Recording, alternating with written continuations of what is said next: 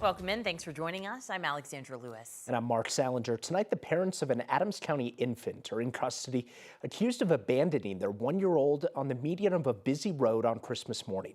Jarvis Sims and Christina Thurman were arrested on suspicion of felony child abuse. 9 News reporter Rachel Krause is joining us. Rachel, what happened in this case? A witness spotted the couple and the car seat left behind, shocked to see a baby wearing nothing but a diaper inside. After first responders arrived, the infant was taken to Children's North in Broomfield, and that's where the Department of Human Services stepped in. Investigators in Adams County served warrants in the area one day after they say parents left their 1-month-old baby alone on the median of Pecos Street. I turned the car seat around and there's a baby, and no one knew who it belonged to. Adams County fire medic Steve Mendiola says when he arrived, the infant was calm, sitting in the car seat in only a diaper. Blankets keeping the child warm until they arrived. The idea that someone would leave their child in the street and walk away, especially at 1 month old, no supervision, no clothing, nothing to eat. I think that's just kind of what pulled at heartstrings a little bit. Well, a concern can come up at any time. Minna Castillo with the Colorado Department of Human Services says the cases they're called to can be tough. There's a lot of heartbreaking information that we receive into the hotline, and it is so important that we are notified of those concerns. In this case, court records say the child's parents, Christina Thurman and Jarvis Sims, were fighting about her drinking. The arrest affidavit says a witness saw a couple arguing, then watched as the man set the car seat on the median and walked off. When she called after him, he said, "That's her kid, give it to her," and walked away. The child was taken to a hospital, appearing healthy, before a urine test came back positive for cocaine. DHS arrived on scene and took custody of the baby. Castillo says they work to keep kids in the home when it's safe to do so. Perhaps it is the case where one parent will move out and stay with another relative so that that child can be safe in the home with their other parent or caregiver. Again, we can also move that child to a relative's home. Castillo says any time of the day, any day of the year, they have staff ready. They'll assess the severity of the situation, what help is needed, and if they need to step in for the child's safety. We believe very strongly that every young person deserves a life where they can feel safe and loved and cared for. Colorado DHS says if you see something or believe a child may be abused or neglected, call. They may need to intervene, yes, but they say often they're able to offer families resources and help to keep kids in the home safely. That hotline is 1-844-GO4-KIDS. That's 1-844-264-5437. Rachel Krause, 9 News. Yeah, unimaginable situation. Rachel, thank you. While it doesn't apply to this case, Colorado does have a law in the books to keep abandoned children safe. The Safe Haven law allows parents to hand off infants at a firehouse or emergency room without prosecution as long as they're under 3 days old. The law was put in place to make people safe, that so that we don't abandon the infant. No shame, no blame, no name. If you need, you can find the closest Safe Haven location to you by calling or texting the crisis hotline. That number's on your screen, 888-510-2229. That hotline is confidential, and parents who are relinquishing their babies can remain anonymous. New tonight, a person has died after being hit by a train in Denver. It happened just after 2 o'clock this afternoon near Ellsworth and Rio Grande Boulevard.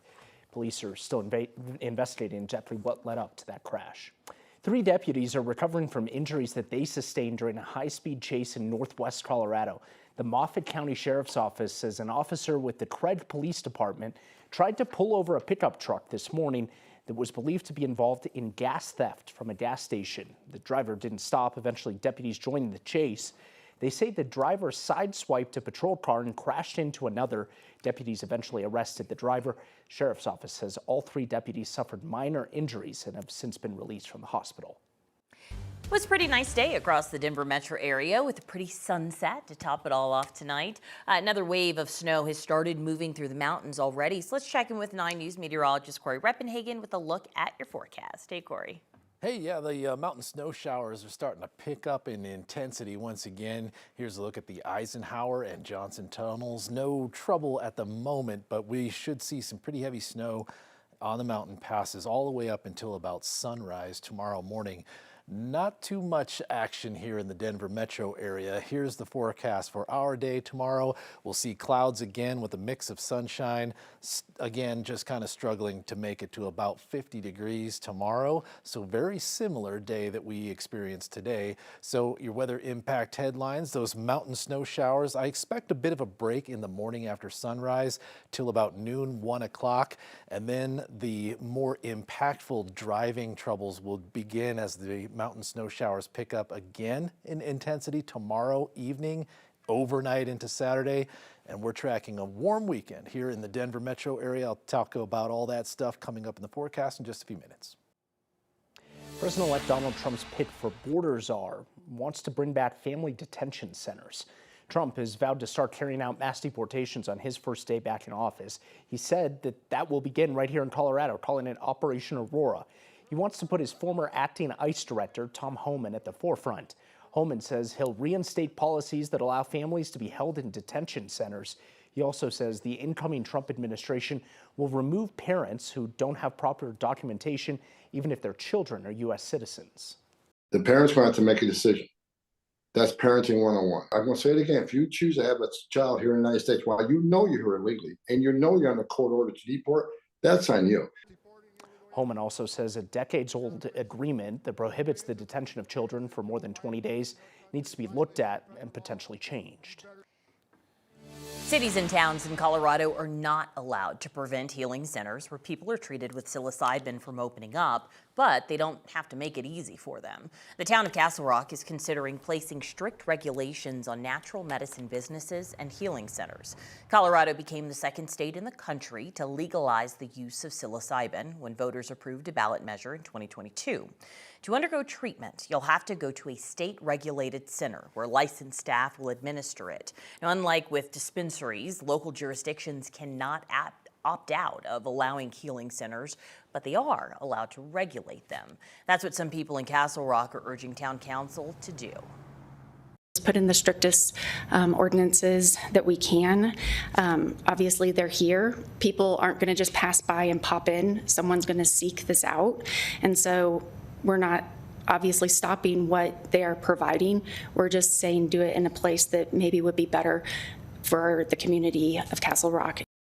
In a 5-2 vote at that meeting, town councilors decided to move forward with an ordinance that would prevent healing centers from being within 1,000 feet from a school, child care facility, or residential area. The ordinance would also place restrictions on business hours from 8 in the morning until 5 in the evening. That's something they're facing a bit of pushback on. There's already stigmas. There's already stigmas to get help. There's already stigmas with anxiety and depression. Why put extra stigmas on that and make them go someplace that literally doesn't feel safe or feels more stigmatized for their mental health issues? Tonight was just the first reading of the ordinance, so it's not a done deal yet. It's still not clear when the town council will take a final vote. The federal government is no longer using some employment data collected by the state of Colorado. The U.S. Bureau of Labor Statistics announced this month that it stopped using certain data sets after noticing data quality problems. It blames it on an update to the state's unemployment insurance system. The Bureau of Labor Statistics says it's working with Colorado to resolve the issue and will resume publishing certain data once it has. We've reached out to the state, who says they're committed to collecting and reporting accurate data. They also say that the problem to blame is because of their IT modernization. They say that has resulted in a lower percentage of employers reporting information, but say they're working to bring that number up.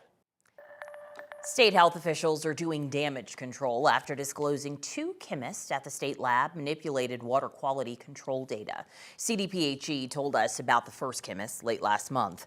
They say that person altered results for 69 public water systems.